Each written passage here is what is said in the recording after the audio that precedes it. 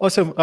Hey everyone, I've not done a podcast interview for a while. Like I do live streams. I'm not sure if many of you know, but this is also going out in audio, which I haven't done in 6 months. And I was waiting for a special occasion or a really special guest.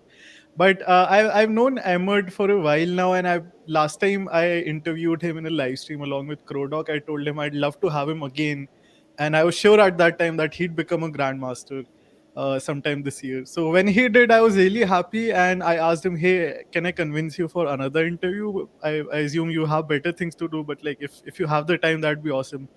So I managed to convince one of the latest and the best in NLP competitions grandmaster to join the podcast, and I'm excited to share his journey and ask about his journey during this interview. Ahmed, thanks for saying yes for the second time. Thank you for having me, Sanyam. It's always a pleasure to be here. Yeah, I'm excited to ask more about your journey. So last time Crowdog asked this question to me, but I'll ask the same to you. How did it feel when you like finally? So I was like in the, I don't consider it a real category discussion, but you've like done the hardest thing on Kaggle. How does it feel to have that golden circle? Yeah, I think at the beginning I was surprised actually when I got the gold, the last goal, and I'm Kaggle Competition Grandmaster. I didn't really feel like I'm a grandmaster like the first days, and I was like, Product was always sending me messages, and it would say, Ahmed, you are a Kaggle Competition Grandmaster, and I was like, what? I'm a Kaggle Competition Grandmaster. It took me actually, I think, maybe 2 or 4 days to realize that I'm finally a Kaggle Competition Grandmaster. And I was really, really, really happy, because I was seeing everybody sharing on internet, on Twitter, like guys like you, Andrada, and other Kaggle competition grandmaster sharing that Ahmed became a Kaggle grandmaster. So at the beginning, I was like, "What's going on?" And then it took me a couple of days to realize that finally I'm a Kaggle competition grandmaster. Yeah, so I was really, really happy. You were one of the fastest to this category, no? So uh, how was the journey like looking back on it? Like I'm sure you sacrificed a lot of time. Crowdog and even Chris spoke very highly of you. You like very smart with your approaches. But looking back, like how was the journey for you? I think now it took me like 4 years to become a Kaggle competition grandmaster, but I feel like at the beginning I wasn't really like focused on competing. I always start the competition and try to have fun at the beginning, and then leave the competition, give up earlier, and come back in the end and just submit public kernels, and that was it. But actually, it took me like this year. I feel like when I teamed up with Crodok, actually it all started there when I teamed up with Product. Like, you feel like you should do something because you teamed up with someone. You cannot just start the competition and then give up and then come back in the end, because like the other guy there, they are going to work. So you should work. Then you should stay then, and you should work on it, and you have to have discipline for it.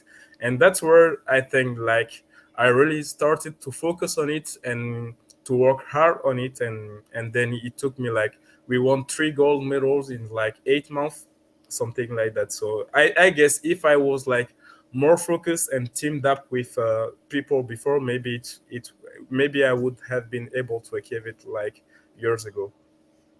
But definitely it required like a lot of work, I guess. Every people that reach like the Kaggle competition top 50, like they sacrifice something like in during the competition.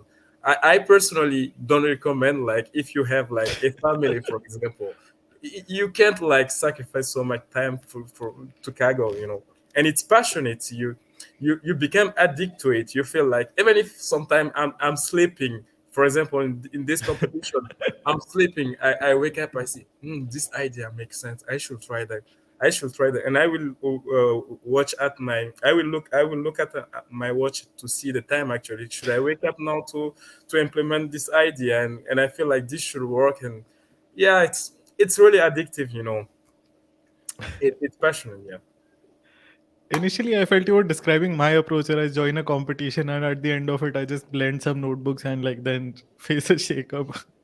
but but you shared.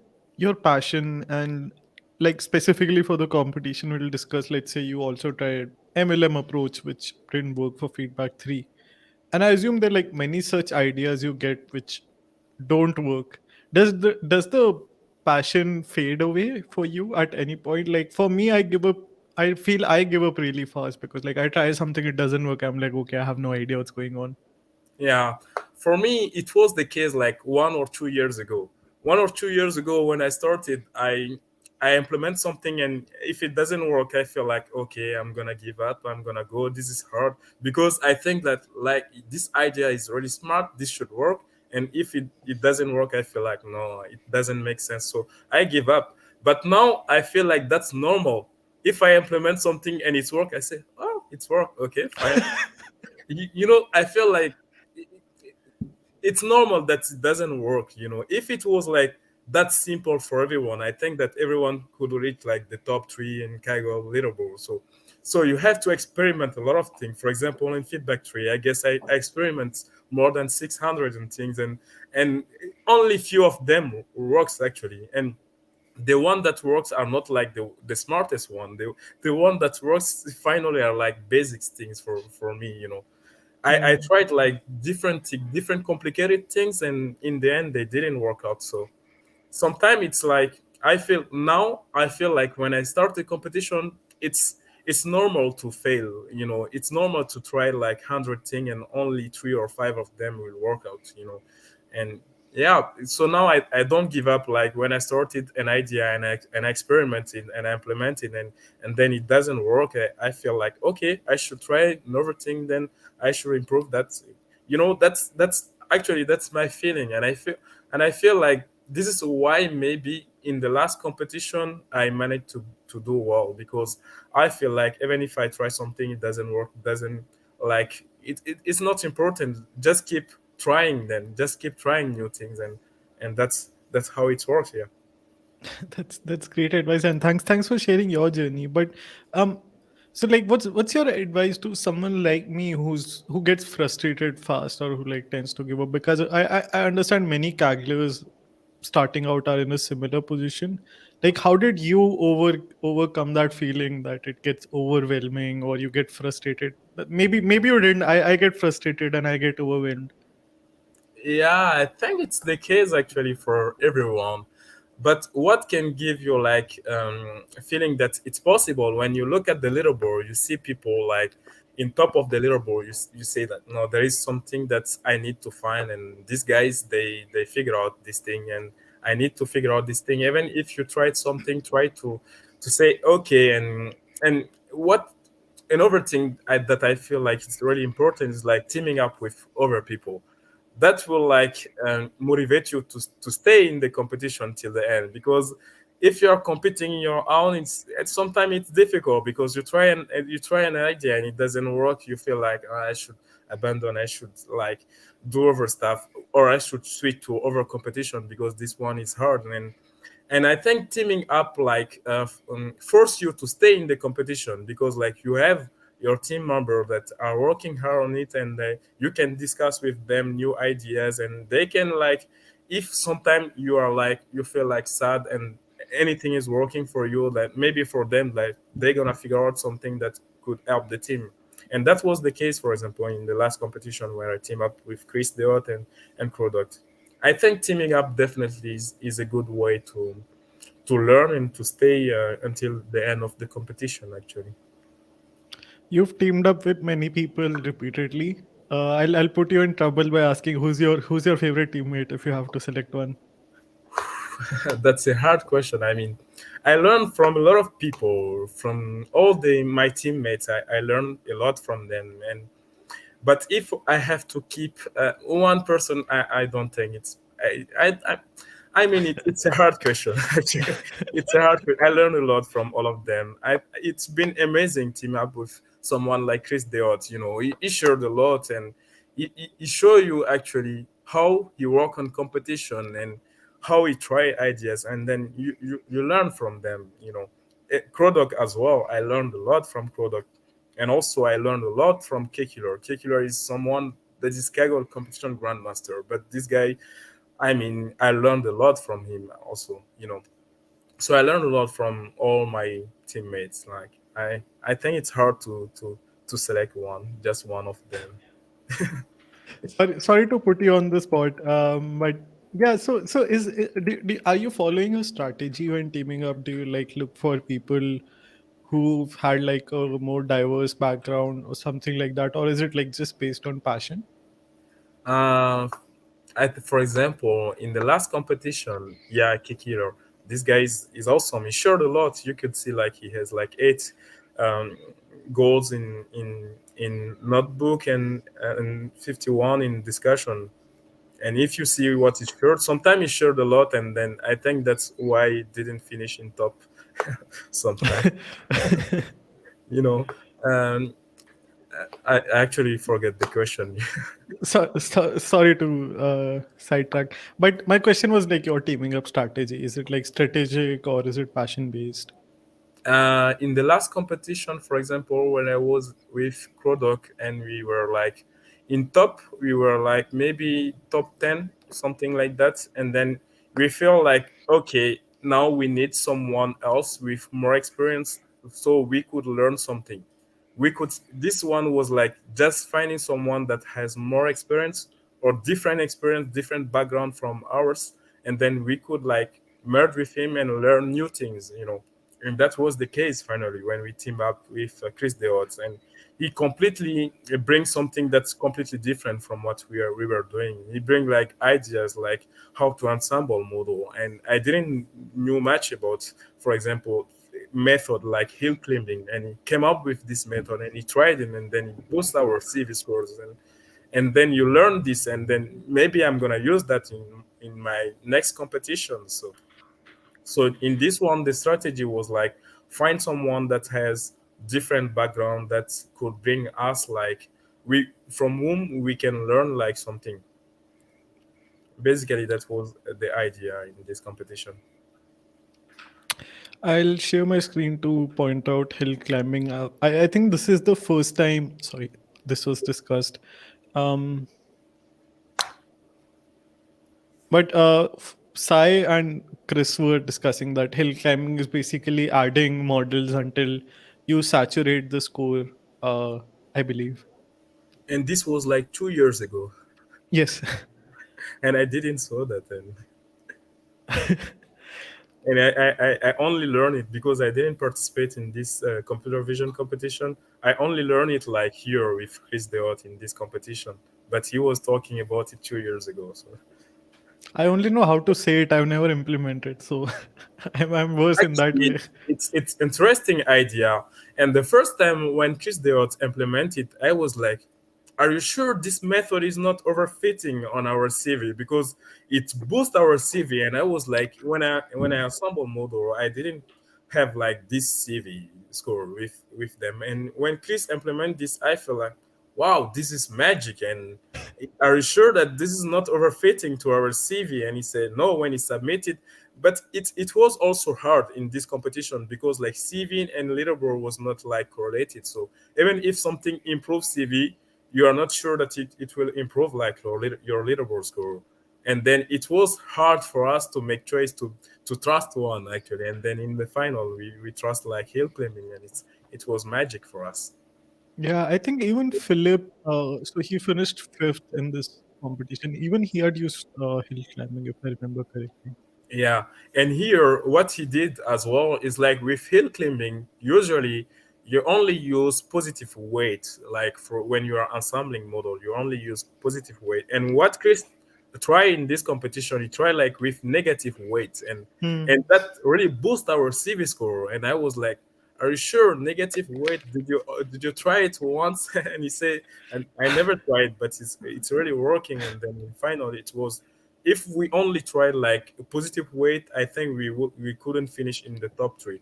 Like Hmm. negative weight really make the difference for us. Yeah. So, for the audience, by negative weights, it means you're ensembling CSV predictions of all these models, and there you give negative weightage to some examples, right? Yeah, it's basically like a linear regression when you have like a target and you're trying to model this target with some features. your linear regression coefficient, they could basically be positive or negative, you know. So it's basically like a linear regression. So there is no actually, it won't overfit because it's like simple regression. You are just making average of your model, but some model will get like negative weight and some over will get like positive weight. Okay, that makes sense. I, I Yeah. I remember this was when I was competing before my break to start chai time. But so I relate to your struggle because my team, we also in the malware competition we use negative weight ensemble, and we had no clue what was happening. So that gave us a nice LB boost, and we called it blackmagic.csv because like we had no clue why this is working. Yeah, and also what we tried when we saw that the negative weight like is really improving the CV. What we try is like we only ensemble, like we have five cross validation fold, and then we only say, okay, we're gonna try that on our CV to see if this negative weight are overfitting or not. So then we Hmm. fix like the first four fold, then we get the coefficient on those four fold, and then we apply it to the last fold to see if it's overfitting or not. And then when we see that, we saw, oh, now this is not overfitting, because when we try it on our CV, it's like it's having the same behavior also. So Hmm. we finally trust it because on our CV it was really good. Yeah. Makes sense. Thanks for clarifying that. So I'll come back to the competition later, but continuing with your journey again, I interviewed Emerd and Crodoc a while ago, so you can find that link in the description. And this is continuing after that. So we spoke about how you got started in programming and data science, but I want to focus on your Kaggle journey. From what I understood in the activity, 2020 was the year when you got really active, right? You got, I think, two golds and two silvers in a very short span in that year. Yeah, and that's your. I believe it started when I teamed up with Theo. He was like a Kaggle competition grandmaster. Yeah, in this competition, kernel bird identification. So it was computer vision. You have songs, and you have to predict which birds are singing in the audio. And this competition, definitely I learned a lot from guys like Theo. And when we teamed up, like I feel like this guy is trying different things. He's never giving up, even if it's not working, he's still working on it. So I feel like maybe that's the way to do it, because this guy is competition grandmaster and this is how he's working. And I wasn't working like that before. I was like, I try an idea, and when it's fail, I give up, and I forget about the competition, and then I came in the end and ensemble some public kernels and submitted, and that's it. But when I see that, I feel like, okay, if you wanted to do well, then you have to try a lot of things. You don't have to give up, even if it's not working. Try different ideas. And yeah, I believe that's where it all started for me. Yeah. And I looked at the time. So the very fascinating thing for me was these two competition overlapped. The one where you got your solo gold and where you also got the other gold in Cornell. So there was a few months of overlap. How did Yeah. you manage that? Because these are different competitions, right? The other one is lung function decline prediction, and this is like audio. So audio versus images, I think. Yeah. And the one when I get where I get the solo gold is like the data, they were not like huge data, it was like small data. So you could experiment really fast, you know, you could experiment 10 thing or 100 thing like a day, because the data is small. If you have good computer, then you can set your experiment and experiment a lot of things. So I think that's why maybe I managed to do both like in quite a time. And in this competition, actually, what was fun is like, since the data is small, you have to figure out something to be able that your model could generalize. You could like find another data and maybe trying some data augmentation or something like that. And that was what able me to finish in gold zone in this competition. And there were like a huge shakeup in the end of the competition. People were like overfitting to public LB, and then I shared like a, a cross validation strategy in this competition, and I use the same, like, and with that I use like an augmentation method, and that was like the two things that enabled me to get gold in this competition, to survive to the Shake Up. Yeah. After you got your first gold, did it feel like you knew the recipe to like gold? Like, did you feel confident that you could like do this more times? You could get four more gold medals. Was like after the first gold, did competition grandmaster seem like possible to you immediately? No, no, I won't say that. I think it was definitely in the, because having gold medals is hard. Even if I had like this solo goal like 2 years ago, but it's hard to imagine like three goals again. I have to win three goals again. It will be hard, and but I think it all sorted maybe after feedback one. After feedback one, then I feel like okay, two goals to go now, and definitely I'm gonna work hard for it. And yeah, I think it was like in the end, it was like after feedback one, I felt like yeah, I could do it now. I could work on it, and then feedback two appear, and then feedback three, I say oh, that's good. You're sorted by then. But Yeah. like by you were 70% done, I would say once it seemed like very close to you because like you had the solo gold and three goals at that point, I think. Yeah. Yeah, Okay. yeah, definitely. So this is again another silly question, if I may, but like I default to not having good setups where like CrowDog taught me how to set up nice configs and like runs and like having bash scripts. So he had this very nice approach. I would start with that, but I would default to Jupyter notebooks eventually. So I'm sure you learned the discipline of it. How, did you like spend time doing that, or did it become natural to you, or like did you never struggle like this ever? I think in the beginning for me, I was maybe more focused on the setup.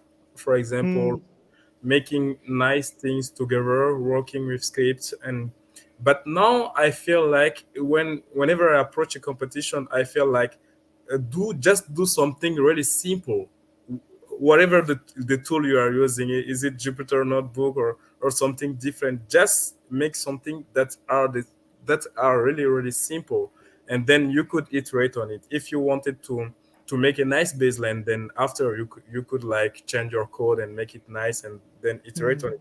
But the most important thing is like when you approach the competition, just try to make the simplest baseline possible, and then to output the CSV in the end. And when you do that, then you see, okay, there is this step, and this step, and then you could like maybe organize your code later or something like that to iterate fast on it. So now my approach is like basically I always use Jupyter Notebook. Product is always saying, Ahmed, you should not use Jupyter Notebook. Yeah, But same experience. yeah, but I don't know, I like it so, and I found that it's simple like to structure things on Jupyter Notebook. So yeah. Okay. So, as a thought experiment, I was thinking, can we look at any recent competition that's just launched, and maybe you could say, like, what's a simple baseline you would come up with if you had the chance to look at any competition? Yeah, yeah. I started looking. I was like after getting the final gold medal, I say like now I'm gonna rest a bit. I'm not gonna do Kaggle anymore. And then there are a lot of competition, and I'm like, what? I should participate in everything now. RSNA, there is auto recommendation system. So basically, It's hard to see all those competition and say no. I'm gonna rest a bit. I'm gonna do another thing. So. Maybe the auto competition, actually, Okay. recommendation system, because I like recommendation system as well. So in this competition, for example, you have like maybe you could go to the data section, Mhm. scroll down a bit. So here you have a training data. So the goal here is like to they have tracking data of user in maybe website. For example, you go to shopping e-commerce website, and then you iterate or you interact with product, and then maybe you will add some product to cart, maybe you will order some, you will click on some product, and then they track actually the users in through like the activity on the website, and then you have this data. So you have a session that identify the user, And then you have events like the user add this article in his cart, the user click on this article, stuff like that. And then what they're asking is like, okay, here is the new user. And then Hmm. they trunk the data. They say, okay, this is the current situation of the user. Try to predict what's the next article in which is going to click on it. Try to predict what are the next article that he's going to add to cart, and what are the next article he's going to order. So here for me the baseline is trying not to use like the old training set, because in recommendation system usually you have like all a huge amount of data set. Maybe try Hmm. only to use few user session, and then trying to set up your baseline with just this user, trying to set up your baseline with just this few data, and then try to make your feature engineering ideas and stuff like that on this few amount of data, and then make prediction, go till the prediction stage, and submit something on Kaggle. And then after you could like use more data or stuff like that, you do more feature engineering and stuff like that. Yeah. Okay, that makes sense. Thanks for sharing your thought process there. Um, I've always been super curious about this because, as you know, like I even in the interviews, I ask like, what's the first thing that comes to your mind? And I one thing I've learned is it's like the hardest thing to come up with a simple baseline, at least for me. Yeah, I think sometimes it's hard because you have like so many ideas that you wanted to try, and it's hard to say, okay, I'm gonna just start with this idea, because you tend to feel like I should do everything, I should ensemble everything, and then make something. For example, I should do all the feature engineering stage, I should create all the features that I'm thinking about, but this is you don't know if it's gonna work out. So just try the first idea, the simplest ideas that you have. Don't try to make like a lot of feature engineering. Just try to do simple things. See, by simple things, maybe not even feature engineering. Actually, use like not a lot of data, just few data, and try to see if your pipeline is good. If actually you understand the data, you have few sample that you could make predictions, see what it looks like, your prediction and stuff like that, and then you could like use more data or do more feature engineering. But I definitely agree, it's hard to make simple baseline. That's good to know that I'm not the only one. Um, how are you learning these tricks? So like, do you remember like how did you participated in M5? You shared a lot of things there, which is a feature engineering heavy competition. So feature engineering or EDA, how did you learn these tricks? How did that? I think it's all like you have to forget about the machine learning part of it. You have to think like, if you have to solve this problem like in real life, how are you going to do? For example, in the recommendation system like competition, if you were the user, what will like push you to click on this product or the other product, what would make you like add this product to your cart, and then you started to understand really the problem, and then that will give you clue for feature engineering to see, okay, this feature might be important for the user to add this article to his cart. So basically I think it's only you just forget about the machine learning problem and focus like on the business side of it. How are you going to solve this problem? And that's gonna maybe help you to think about like futures that could like improve your model. Okay, makes sense. I guess it's also experience. Like once you do that enough, and then you understand the pipelines, and you know how like things correlate, and then a lot of experiments. Yeah. Okay. Looking back, is there a favorite competition? Where for any reason at all, any favorite competitions? I think the three feedback competition was awesome. I really liked them. Yeah, and I won three gold medals. So feedback competition definitely. Even if the last competition was not, I mean it was the most simplest one in those three feedback. But I think maybe feedback two was good, and feedback one was really good. Yeah. Okay, not the one where you became a grandmaster. That that's not your favorite.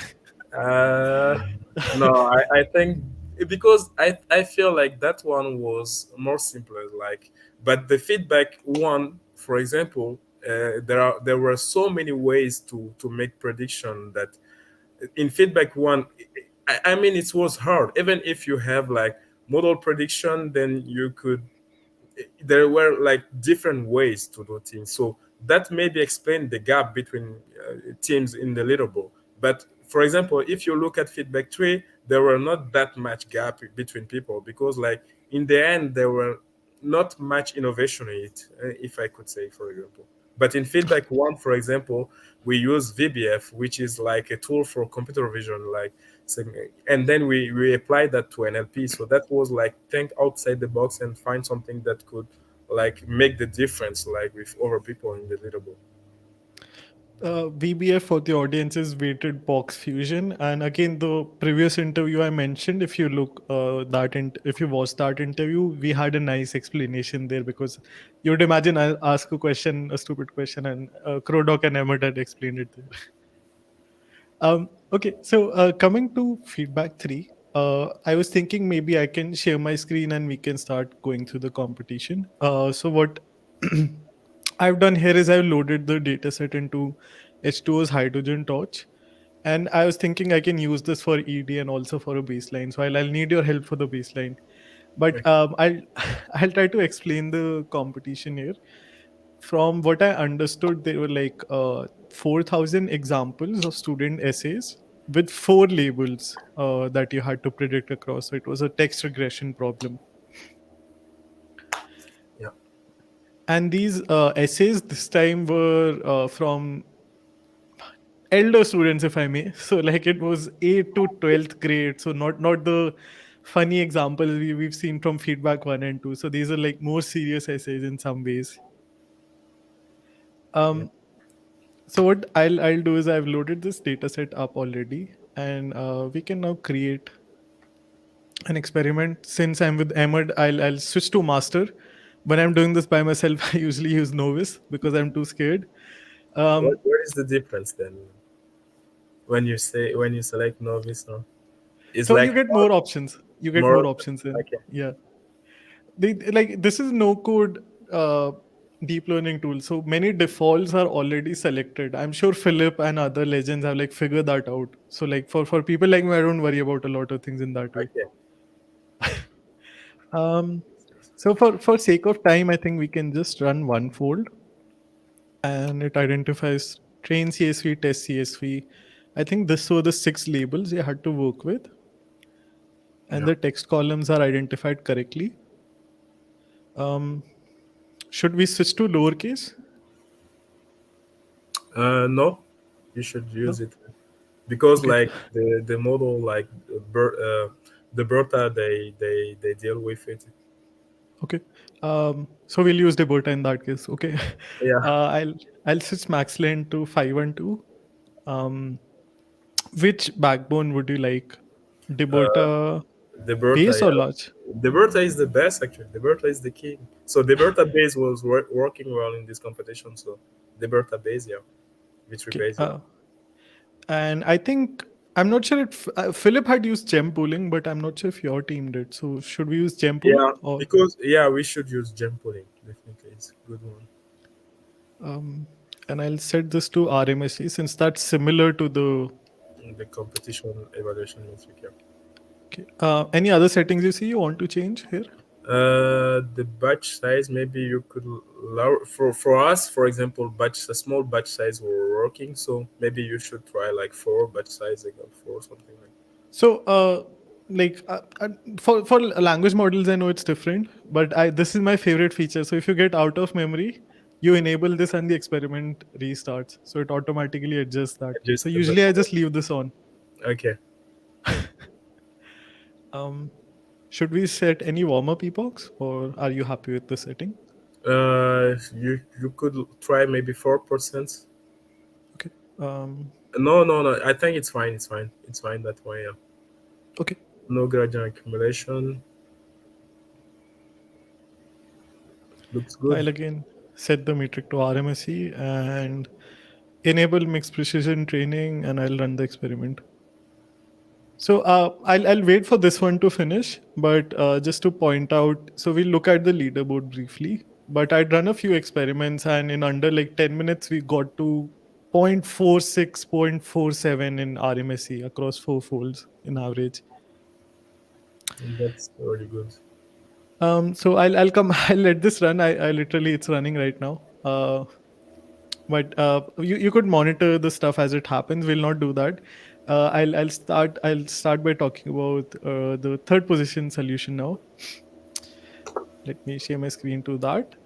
So another example that I had about the difference between feedback one and three was in feedback one you had third grade essays, and I'm sharing my screen about this funny example that someone had shared where they like literally started writing "Twinkle Twinkle Little Star" and all that thing in inside the writer. And instead here you had like six solid criterion where you could like grade between. So you had, I think, cohesion, syntax, vocab, how well it's phrased, grammar, and conventions. Yeah. And one more challenge that I understood here was the like extreme grades were kind of rare. So one and five were not very present in the examples. So Yeah, many and people use tricks for that.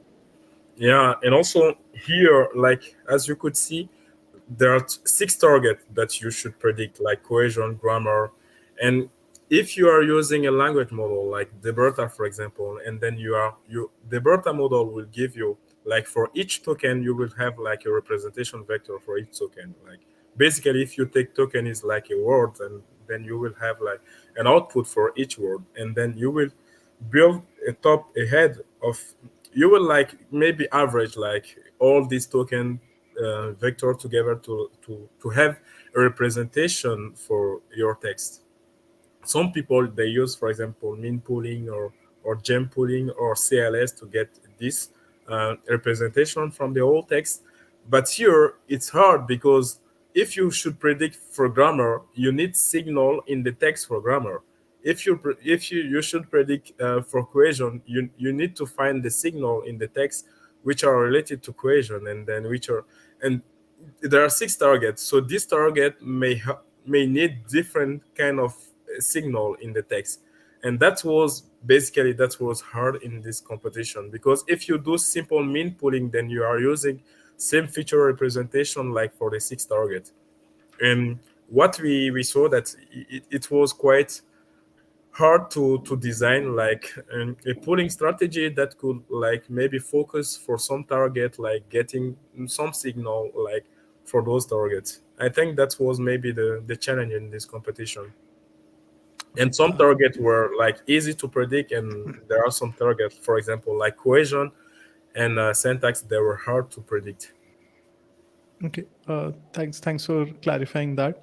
Um, so I'd love to ask again, how did you start with this competition? Did you use your previous pipeline, or how did you approach this one?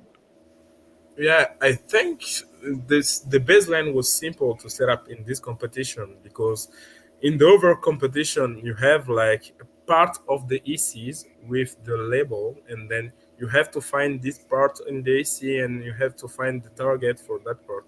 But here you only have the full text, and then you predict from the full text, you predict six targets. So basically this one was simple if you compare to feedback one or feedback two. So the baseline, basically I use what I have like on feedback two, and then I just drop some complex stuff like searching in the AC the part that I need to label basically. So Okay, this one was simple to set up. Yeah. I see. Um, the experiment that we had kicked off, it gave a RMSE of zero point 0.5 in about 1 minute. I think it's still running, but that's what is the validation score at this moment. And the best I got with like a Deberta large was 0.47 or 0.46. So the reason I mentioned that is because we just like had that experiment run for 1 minute. And here, if we look at the leaderboard, the metrics are slightly different, but the best score was point 4, in the range of 0.43. So what we'll be learning is how did this difference arrive, and like what were the secrets here that they had used in this duration. So after you had the baseline going, there were many things shared throughout the competition, and everyone was stuck in that range of like 0.44, 0.43. So Yeah. how did you fight that, and like how did you know you were improving your score? The first thing, like, it was hard because this the our cross validation strategy and the leaderboard were not aligned. Basically, we have like a model that improves CV and then that decreased the leaderboard. The leaderboard became worse, and then you are like, okay, which one should I trust? Like, I built a new model and this model making good CV, but if I see the leaderboard is worse, and then it's difficult then to really trust one of them, trust your CV or trust the leaderboard. But here what we decided to do is like, okay, this is a weird situation, maybe we could work on diverse model to be robust, and then when we blend them together we're going to have something that is robust, and then we're going to survive to the shakeup. And that was basically our plan, to make diverse model, diverse architecture, diverse, like, in different backbones, stuff like that. And then when we average them together, we are sure that, like, we have something that would be robust to shake up, basically. So our idea to were like to build diverse models as much as possible, and then use like a method like hill climbing that could help us to merge them together, to blend them, and have our final prediction. So while you were experimenting, how did you think of diverse models here? Did you like think different max lanes, different pooling layers? What was the thought process? The first thing were like to use different data, or to do different pooling strategy. As I said, like, here you have like 6 targets. Maybe some pooling may be adapted to some target, maybe not for others. So the idea was basically to try first different pooling strategy, and then that will make like the model basically diverse, and to maybe use also a different model. For example, we use the Berta models are really good. The Berta v2 for example, was the best model for us. But we think that, okay, there are some texts as well that have like other languages that are not English. Maybe we could try like XLM Roberta that are multi-language, and then we tried that one, and this model doesn't support like more than 512 tokens, so you have to do sliding windows method to use the full text. And then that makes diverse from the Berta model, because like now you are only doing pooling on 512 tokens, and then you are using sliding windows, stuff like that. So that make this model diverse from the Berta model. And also we think about doing like using pre-training weight, or trying method like MLM for some model and not from other models. But in the end, MLM was not good for us, or pre-training weight from feedback one on feedback two weren't good for us. So in the end, we just dropped those model, and our final models were like diverse in terms of backbones, model backbones, in terms of pooling strategies, and also, yeah, I think that was it basically. Okay. I'll share my screen to show your models. But Chris had in his write up shown all the backbones and the CV scores along with the weights you had come up with. Yeah, So it was a total of 24 models that worked 24. in the final ensemble. Yeah, and here you could see as well, like, we have TensorFlow model that are completely different, because the other one are trained on with PyTorch, and this Deberta V3 base is TensorFlow model, and it's, yeah. And also we use Rapids SVR. That's also different, like, from, yeah, Hmm. that's also different from the Berta model. So that makes diversity for us. Yeah. So, is the CV score an average of all the? Were you using K-fold, grouped K-fold here? Here we were using stratified K-fold. Okay. We used fivefold, and this was like the average CV score. And the Okay. average CV score, yeah, it was this one. This was like our best model, or like the Berta V3 large, yeah. Okay. That makes sense. And this was like without pseudo labeling. What happened to us is like we had like, in the end we had two strategies for our final submission. we had like a one with which were basically trained in the competition data, and another one that were like an ensemble of pseudo-label model. And this ensemble of pseudo-label model, we have like 042 CV score, and that was like I don't think like another team has reached that CV score in this competition. And it was like we were, if this CV score is really true, and then definitely maybe we're gonna finish top, we're gonna finish first in the competition, because the CV score were really really good. Having like 042 as CV score, it was really good. So basically, what's happened is like pseudo label, we have a leak on our pseudo label, and we didn't figure out it until the end of the competition. We don't know what happened with pseudo label model. So finally, our final ensemble that was like without pseudo label model and has like CV score 0447, something like 0442. Yeah. So, what was the issue there? Sorry if I don't understand. There was a leakage between the feedback 1 and 3. There were like some duplicated texts ECs between feedback 1 and feedback 3, but we managed actually to remove those duplicated. So that wasn't why they were leaked. I suspect maybe, when you are doing pseudo labels, or your pseudo labels prediction should have like been generating from the same cross validation split. And what we suspect is like maybe we train in the earlier of the competition, maybe in the beginning of the competition, we had like different CV strategy, and in the end we switch it. So maybe we have like different CV, and then when you generate pseudo label from different CV, it's kind of it brings some leak between them. And I guess that was maybe the case with our pseudo labels model, because we saw that over team, like top team, for example, the first place and second place, they had like pseudo labels in their ensemble, so it was basically working for them.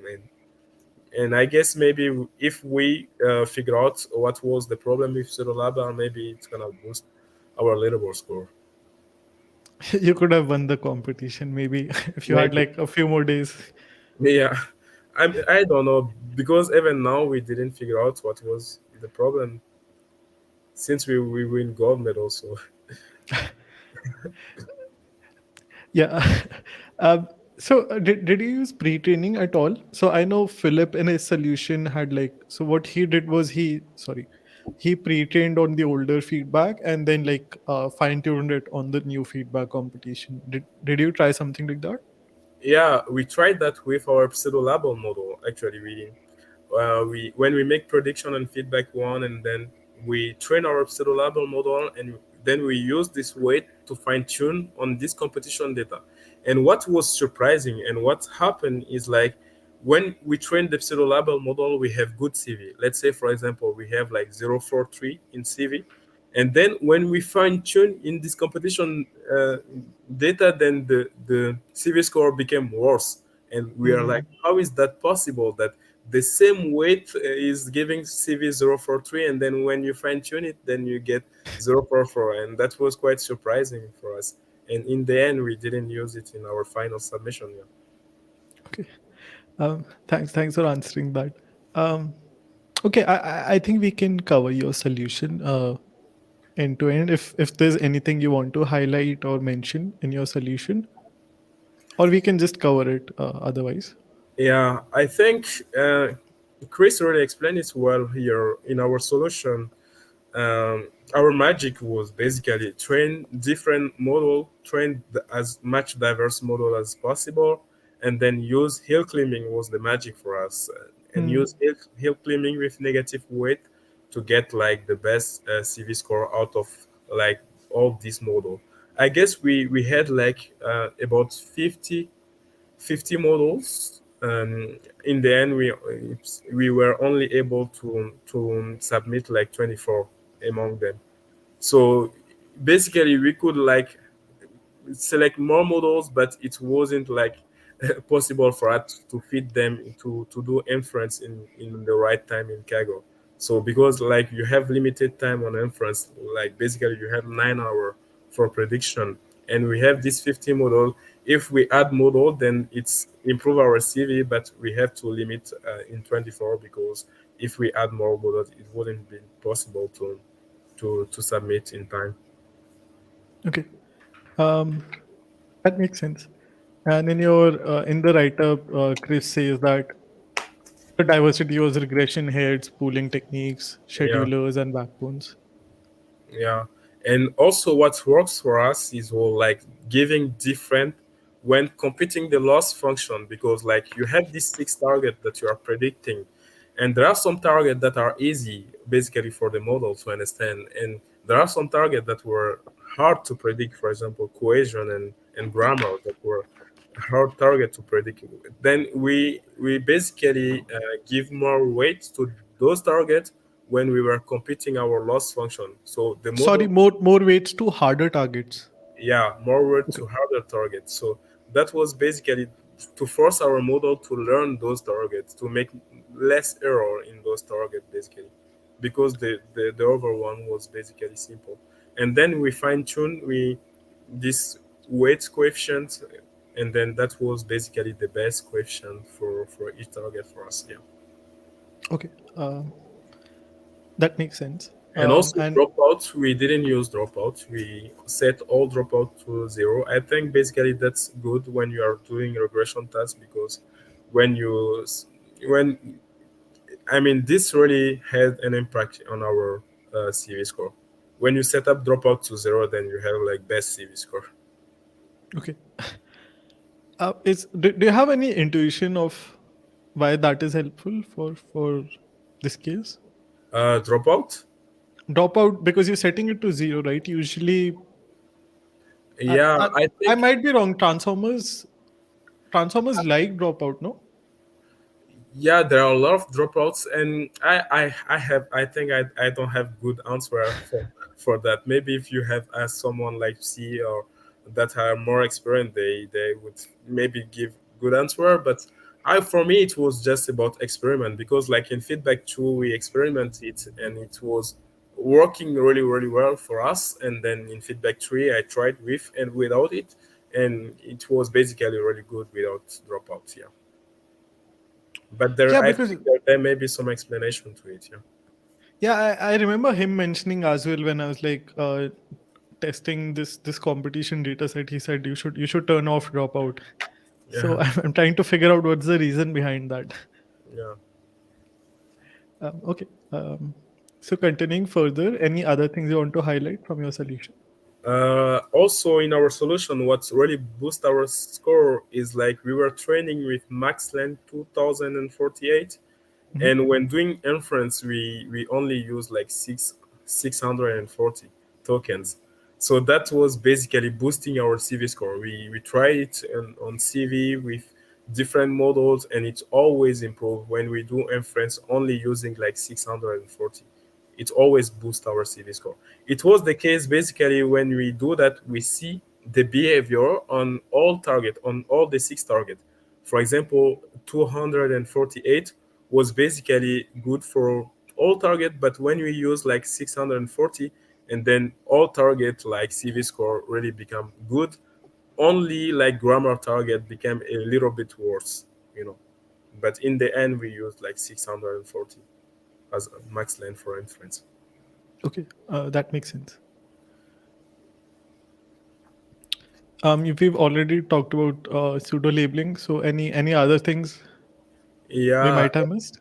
and also we tried like different things to search for signal in the text. As I said, you have six targets. These six target may need different signal from the ECs, and then we tried ideas like doing pooling through time, like maybe pay more attention to some tokens and then average them in the end. So we tried a different strategy like doing pooling through time, where we basically we focus on each word and we do like an attention pooling there, and then after that we average like this pooling amount all the words that are in the ECs. Yeah.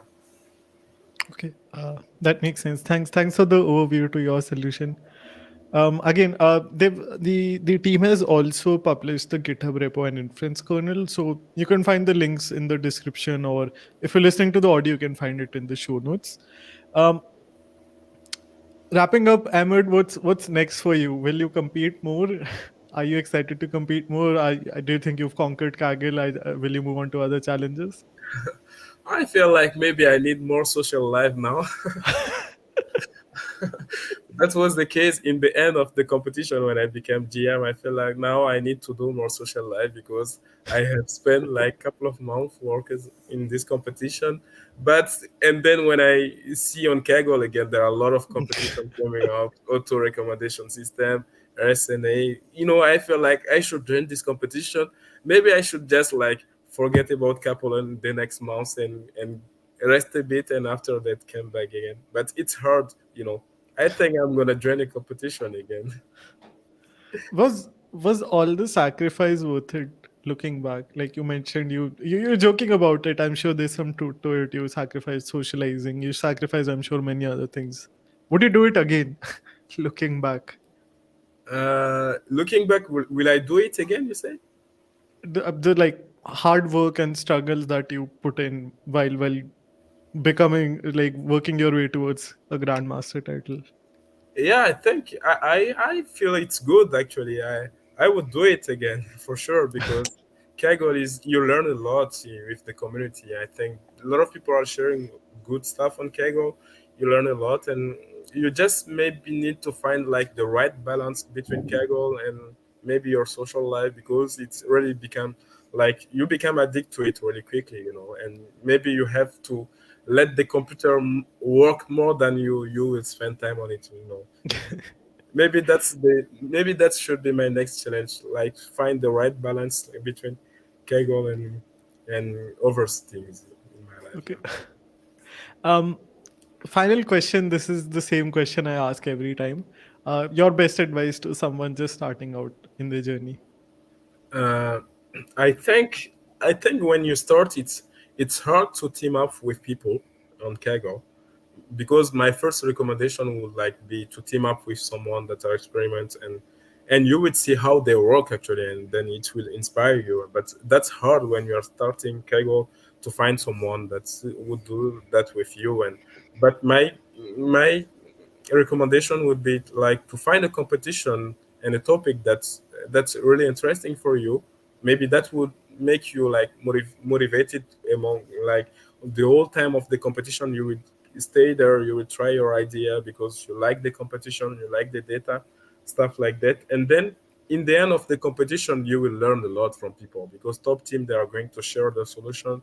You're gonna see what you missed throughout the competition, and that's definitely, I think it's exciting because you would say, okay, I missed that part, and then you will learn from them. And then yeah, and there are some people, for example, that were able to become a Kaggle competition grandmaster. I think in 9 months or something like that. There are this heat or I don't know, and HYD is their username, head, as you said. yeah. Basically, so it's possible. The only thing is like you have to start it. You have to do it. You have to be disciplined. You have to do it, and basically that's. If you have told me like 3 years ago that I will become a Kaggle competition grandmaster, I basically won't say that because I wasn't spending that much time on it. I was just having it like just for I still have fun for it, but at that time it was just trying something. It doesn't work, and then I don't care. I leave the competition. But now it's a bit different. It's like passion. I love to do it. So Hmm. so just start it. Just start doing it, and then you will love. Yeah, definitely. That's awesome advice to wrap up on. I'll again mention your Kaggle profile. Your Kaggle username is Amed Prof, AMEDPROF, and you can find his LinkedIn profile and also Twitter links on there. You can keep up with his work on all platforms. Any other places you want to mention? Now basically I'm using those platforms. Okay. One quick thing I wanted to share. So I reran the experiment in the meantime, and I was curious to see, like, where did I mess up. So we set the in the hydrogen torch experiment, we set it as k-fold, and then I switched to group k-fold, which I think performs better in validation. So that gave me a score of 0.48. Our original experiment got to RMSE of zero point 0.5 in like 5 minutes, and then I switched to Devota large as well for this one. Mm. Um, yeah, so now we know the difference between your approach and one model that we got in about 10 minutes. Uh, okay, I didn't congratulate you because I've written so many times across all media that I didn't want to repeat myself. But congrats again on this impossible achievement, which is like one of the hardest things to do on Kaggle. And for the audience, please find all the links I mentioned in the description. Thanks again for joining me.